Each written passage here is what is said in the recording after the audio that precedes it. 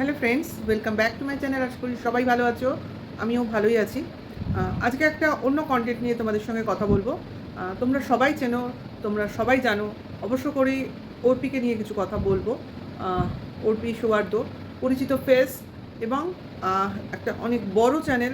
যাদের কিছু সমস্যা তৈরি হয়েছে তাদের চ্যানেলের কিছু কমেন্টস বক্সে অবশ্য করেই এই সমস্যাটা বড় বড় চ্যানেলের ওনাররা ফেস করেই থাকে। এবং এর আগেও এই নিয়ে কমেন্টস বক্স নিয়ে আমি এর আগেও অনেক অনেক তোমার কন্ট্রোভার্সি করেছি, বিশেষ করে প্রবাসী চ্যানেলগুলোর উপর। তা এদের নিয়েই ফার্স্ট টাইম করছি, তাই ওর কিছু কথা গতকালকের ভিডিওতে আমি শুনলাম। দেখি, কিন্তু অতটাও ফলো করা হয় না, অনেক আগে দেখতাম। এই ওদের চ্যানেলটাকে আমি আজ থেকে নয়, বহুদিন থেকে দেখি। যখন কিনা এই কন্ট্রোভার্সিগুলোকে দেখতাম না, সেই সময় থেকে দেখতাম। আজ 3 বছর আগে থেকে দেখি ওদের। তা সেই শুরুর থেকে দেখছি, তো সেই স্ট্রাগলের আমল থেকে, মানে ওরা যখন থেকে তোমার ডান্স ভিডিও করতো তখন থেকে দেখি। তারপর আস্তে আস্তে বাগুইয়াটির ফ্ল্যাট, তারপরে নেক্সট ফ্ল্যাট, এখনকার অ্যাপার্টমেন্ট, পুরো জার্নিটাই আমার চেনা, আমার জানা। কাজেই ওদের নিয়ে বলতে আমার সেরকম কোনো অসুবিধা হবে না। তাই ওদের প্রবলেমটাকে নিয়েই তোমাদের কিছু বলতে চাই, কারণ এটা খুব ন্যাচারাল, নর্মাল এবং কমন প্রবলেম, যেটা কিনা সমস্ত ব্লগারদের, বিশেষ করে ডেইলি ব্লগারদের ফেস করতেই হয়। আচ্ছা, কী প্রবলেমটা ওদের লাইফে এই মুহূর্তে দেখা গেছে, কমেন্টস বক্সে এমন কিছু কমেন্টস আসছে যেটা কিনা ওদের মাইন্ডকে কিছু ডিস্টারবেন্স দিচ্ছে। ওরা এই মুহূর্তে বাইরে আছে, তোমরা নিশ্চয়ই জানো, বেড়াতে গেছে বাইরে, সম্ভবত নেপাল, কাঠমান্ডু ওই সাইডটায়। আমার দেখা হয়নি, বিশেষ করে একটা কি দুটো ব্লগ আমি দেখেছি বেড়াতে যাওয়ার, সবটা দেখা হয়নি। আর লাস্ট এই কন্ট্রোভার্সির এই ভিডিওটা যেটা অর্পি করেছে, সেইটা দেখেই আমি তোমাদের সামনে কিছু বক্তব্য তুলতে এসেছি।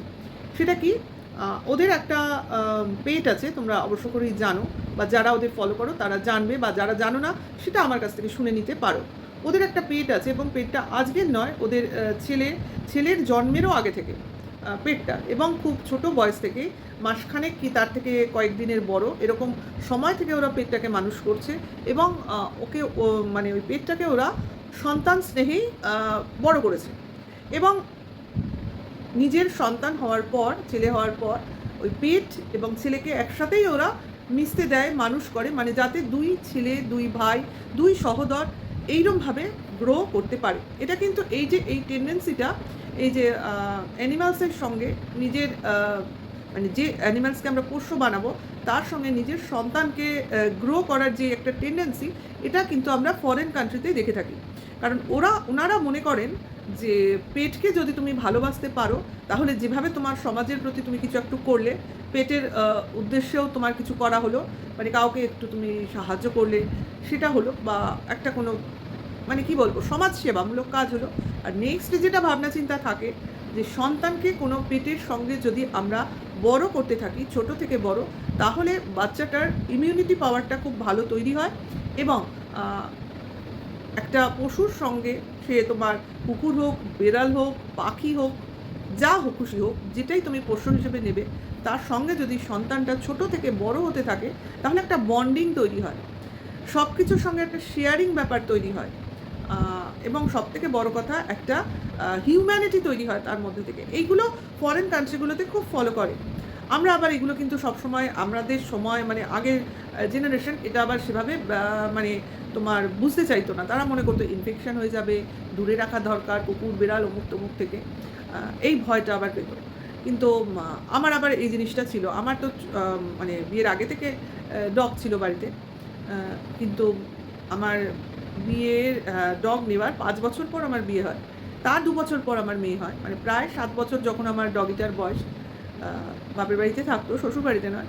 তা যেহেতু আমি মেয়ে নিয়ে 5 মাস আমার বাপের বাড়িতে ছিলাম, ও ছোটো থেকে ওই ডগির সঙ্গেই মানে বড় হয়েছে। ও কুকুর দেখলে ভয় পায় না, মানে ওই জিনিসটা নেই, কুকুরের ডাক চমকে ওঠা, বা কুকুর দেখলে ভয়, বা কুকুরের গায়ে হাত দেবো না, বা এই যে একটা তোমার থাকে না ফিয়ার ব্যাপার, যে কুকুর কামড়ে দেবে, এই জিনিসটাও ভয় পায় না। কিন্তু রাস্তার কুকুর তো সবসময়ই একটু ডেঞ্জারাস হয়, কারণ তাদের যেভাবে ভ্যাকসিনেশন হয় না। তা বাড়ির কুকুর তো অতটা ভয়ঙ্কর হয় না, তাদের সঠিক টাইমে ভ্যাকসিন হয়, কেয়ার হয়, খাওয়া দাওয়া ঠিকঠাক হয়, মানে তোমার ইনফেকশনের ভয় থাকে না। তা সেইগুলোর থেকে আমি বুঝেছি যে এরমভাবে যদি মানুষ করা যায়, আমার এটা বাস্তব অভিজ্ঞতা, খুব ইমিউনিটি পাওয়ারটা বাড়ে। মানে সর্দি কাশি জ্বর এগুলো তো হবেই, কিন্তু এর থেকে তাড়াতাড়ি রিকভারি করবে, মানে কাবু হবে না, এই জিনিসগুলো কিন্তু খুব তাড়াতাড়ি গ্রো করে বাচ্চাদের। তা হয়তো বা এই টেন্ডেন্সি থেকেই ওদের এই চিন্তাভাবনাটা এসেছিলো যে আমাদের মানে বাচ্চা হওয়ার আগে আমরা এরম একজন অ্যানিম্যালকে তোমার পেট হিসেবে নেব, যাকে বড় করার সঙ্গে সঙ্গে আমি আমাদের নেক্সট জেনারেশনকেও বড় করব একসাথে, তাতে এই ব্যাপারগুলো এই সুবিধাগুলো আসবে। এবং অ্যাকচুয়ালি ওরা ওদের পেটকে সত্যিকারের ভীষণই কেয়ার করে, এটা আমরা দেখেছি সব সময়। এবং ওরা যখন পেটকে কোথাও, বিশেষ করে যখন ওর ছেলে হয়, ওর পেটটাকে, ডগিটাকে একটা জায়গায় রেখেছিল অর্পি, এবং যখন ও বাড়ি আসে তখন কিছুদিন পর ওই পেটটাকে নিয়ে এসেছিলো, কারণ ওকে ওরা যেহেতু দুজনই সেভাবে কেয়ার করার অসুবিধা ছিল, যখন নিয়ে এসেছিলো কী কান্না কেঁদেছিল সেটা আমরা দেখেছিলাম। ভালোবাসবে না কেন? আমরা পেট সবাই ভালোবাসি, তার জন্যই না পুষি।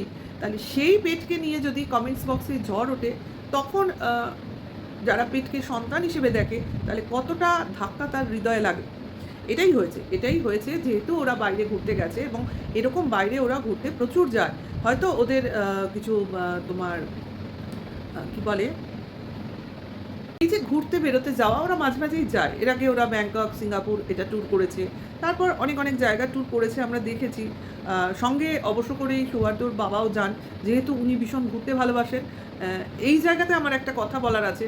দেখো, ইনিও কিন্তু একজন শ্বশুর, এবং সৌহার্দ্যর মা নেই, অনেক দিন আগে মারা গেছেন, ওনার বিয়ের আগেই মারা গেছেন। সেইটার অভাব ওনারা খুব ফিল করেন। সৌহার্দ্যর যখন ছেলে হয়, তখন ওদের সত্যিকারের খুব ফিল হচ্ছিল যে মা নেই, মা থাকলে কী হতো। এগুলোর মধ্য দিয়ে আমি গেছি, সেই জন্য ওদের জার্নিটা আমি জানি। তা ওরা যেখানেই যায়, যেহেতু ওর বাবা খুব স্ট্যামিনা আছে এবং স্টেডি এখনও উনি, সেই জন্য উনি ঘুরতে ভালোবাসেন, এবং ছেলে অবশ্য করে তার বাবাকে সঙ্গে করে নিয়ে যান। দেখো, এখানেও কিন্তু একজন শ্বশুর তার ছেলে, বৌমা, নাতির সঙ্গে বাইরে ঘুরতে যাচ্ছে। এর আগেও কিন্তু সিঙ্গাপুর, ব্যাংককে ওরা নিয়ে গেছিলো ওই ভদ্রলোককে, মানে ওর একমাত্র শ্বশুরকে। আর ওদিকেও আমাদের টন্দীপের প্রসঙ্গ চলেই আসে যে দীঘায় যখন ঘুরতে গেছিলো ওর ফ্যামিলির সঙ্গে, ওর মাকেও নিয়ে গেছিলো। দেখো, এও কিন্তু তার বাবাকে নিয়ে গেছে, ও কিন্তু ওর মাকে নিয়ে গেছে, কিন্তু এর বাবার কিন্তু মানে মা নেই, মানে ওয়াইফ নেই, বাচ্চা নেই। আর সেই জন্য উনি হয়তো গেছেন একা। আর এর কিন্তু শ্বশুরমশাই, মানে তিনার শ্বশুরমশাই জীবিত, তাহলে সে যায়নি কেন? তাকে নেওয়া হয়নি বা বাড়িতে রেখে যাওয়া হয়েছে, এই কারণে। এই একটা পয়েন্ট। এরাও দেখো, দুজনেই কিন্তু ব্লগার, কিন্তু দুজনের দৃষ্টিভঙ্গি দেখো কেন তাদের বাবা বা মাকে নিয়ে বাইরে ঘুরতে গেছে।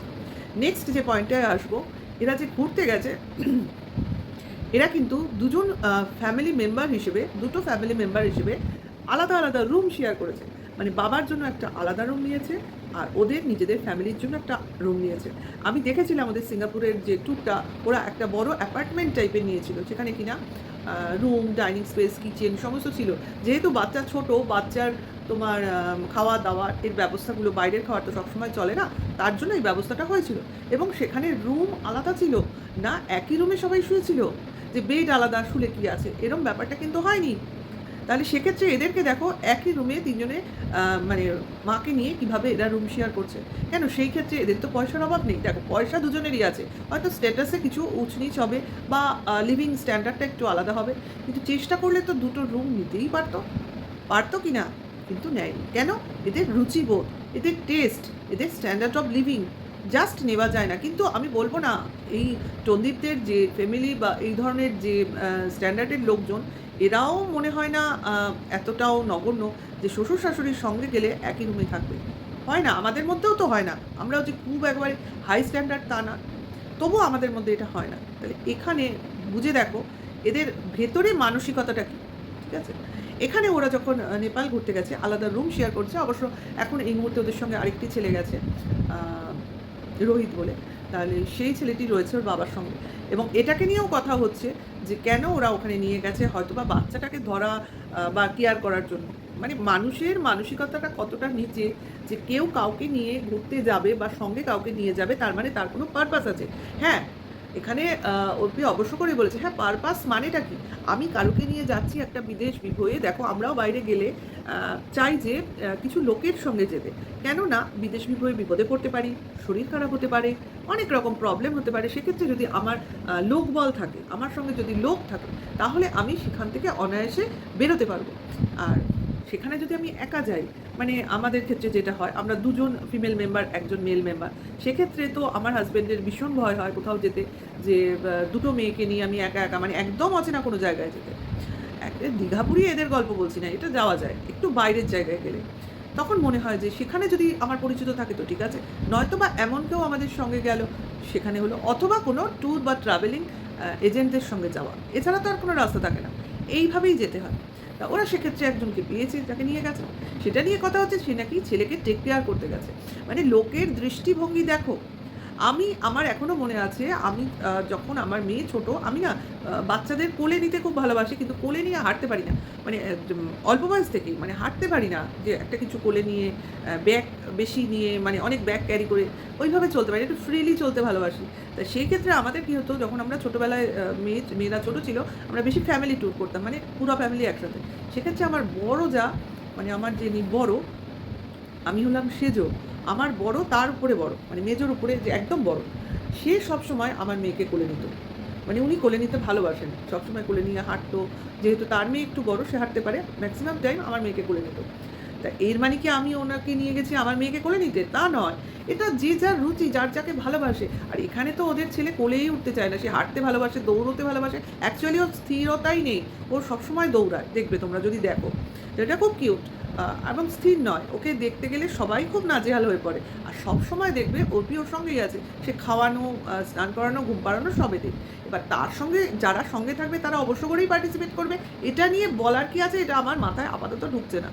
নেক্সট যেটা নিয়ে খুব সাংঘাতিকভাবেই হয়েছে, সেটা হলো এরা নাকি সবসময় ঘুরতে যায়, এদের পেটকে নেগলেক্ট করে, অর্থাৎ বাড়িতে রেখে চলে যায়। তাহলে পেটটার কত অসুবিধা। কিন্তু এরা কিন্তু পেটকে ছোটো থেকে সেভাবেই তৈরি করেছে, কারণ এদের ব্লগিং চ্যানেল, এদিক ওদিক যেতে হয় প্রমোশনাল কাজের জন্য।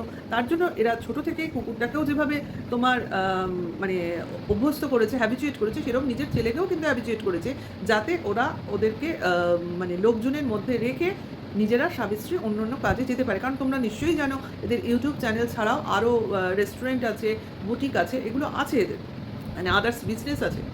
এটাই হয়, ইউটিউব করে মানুষ যে রেভিনিউটা কামাই করে, তাই দিয়ে তারা পরবর্তীকালে কিছু বিজনেসেই লাগায়। কারণ ইউটিউব সারা জীবন থাকে না মানুষের, এখান থেকে তুমি একটা সময় প্রচণ্ড পরিমাণ পরিশ্রম করে যেটা ইনকাম করবে, সেটাই তুমি ইনভেস্ট করবে, এবং পরবর্তীকালে ওটাই তোমার ভবিষ্যৎ, অর্থাৎ ফিউচার। তাহলে সেটাই তারা করেছে, কারণ তাদেরও ভবিষ্যৎ আছে, তার ছেলেরও ভবিষ্যৎ আছে। ছেলের এখনও মাটির সঙ্গে কথা বলে, তার প্রপার এডুকেশন প্রয়োজন, তার আপব্রিঙ্গিং প্রয়োজন, পুরোটাই প্রয়োজন। যদিও সৌহার্দ্য অর্পির বাবার দিকটাও যথেষ্ট স্ট্রং, ওদেরও নিজস্ব বিজনেস আছে, এমন নয় যে ওরা খুবই কী বলবো, মিডিওকার বা লোয়ার স্ট্যান্ডার্ড থেকে বিলং করে। এদের প্রত্যেকেই ফ্যামিলি স্ট্যান্ডার্ডটা হাই। তারপর এরা সৌহার্দ্য তো চাকরিও করতো, সেখান থেকে বেরিয়ে এসে কেন ইউটিউবে টাইম দিতে হবে, তার জন্য ওসব ছেড়ে এখনও ইউটিউবের পেছনে পুরো টাইমটা, পুরো পরিশ্রমটা দেয়। তাহলে এই যে কথাগুলো উঠছে, কুকুরে পেটে রেখেছো অথচ পেটটাকে কেয়ার করো না, তার প্রতি অবহেলা করছো, এই জিনিসগুলো জাস্ট নেওয়া যায় না। কারণ তারা সেভাবেই ভাববে, কারণ যাদের পেট আছে তারা বেড়াতে যায় না এমন তো নয়। হ্যাঁ, এক্ষেত্রে অবশ্য করেই তোমার লোক লাগে, সেরকম লোক লাগে যার কাছে তুমি তাকে বিশ্বাস করে রাখতে পারো, অথবা তোমার এর জন্য কিছু টাকারও প্রয়োজন, পয়সারও প্রয়োজন। দেখো, মানুষ সেই শখটা সেই লেভেলে নিয়ে যেতে পারে যখন তার সেই লেভেলে রোজগার হয়। তা ওদের সেটা আছে, ওরা সেটা করছে। এতে তো আমাদের কথা বলে কিছু মানে করার নেই। অ্যাকচুয়ালি যারা এইসব কমেন্টস করে, এরা ডিমোটিভেট করার জন্য কমেন্টস করে।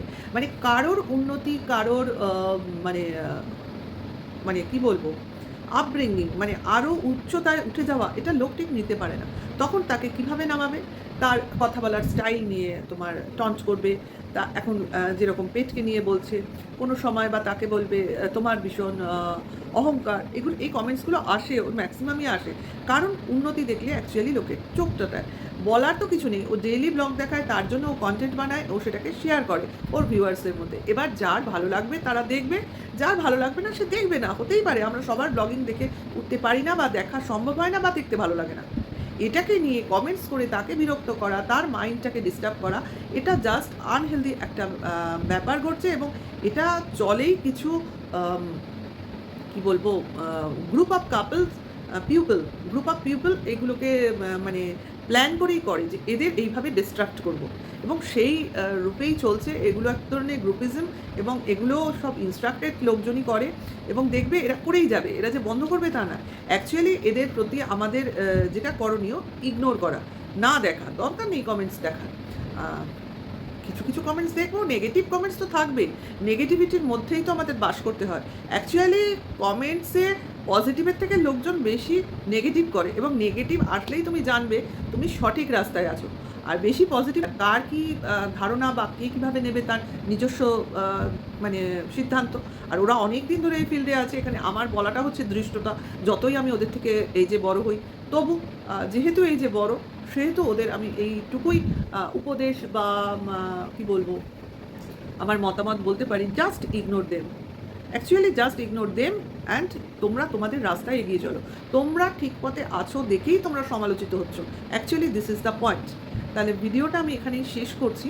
নেক্সট আবার অন্য কোনো ভিডিওর সঙ্গে তোমাদের সামনে খুব তাড়াতাড়ি চলে আসবো। ভালো লাগলে লাইক, কমেন্ট, শেয়ার করো। আর অবশ্য করে আমার ভিডিওতে নতুন হলে সাবস্ক্রাইব করে বেল বাটনটা ইয়ে করে দিও, অন করে দিও। আর এখনকার জন্য টাটা, বাই।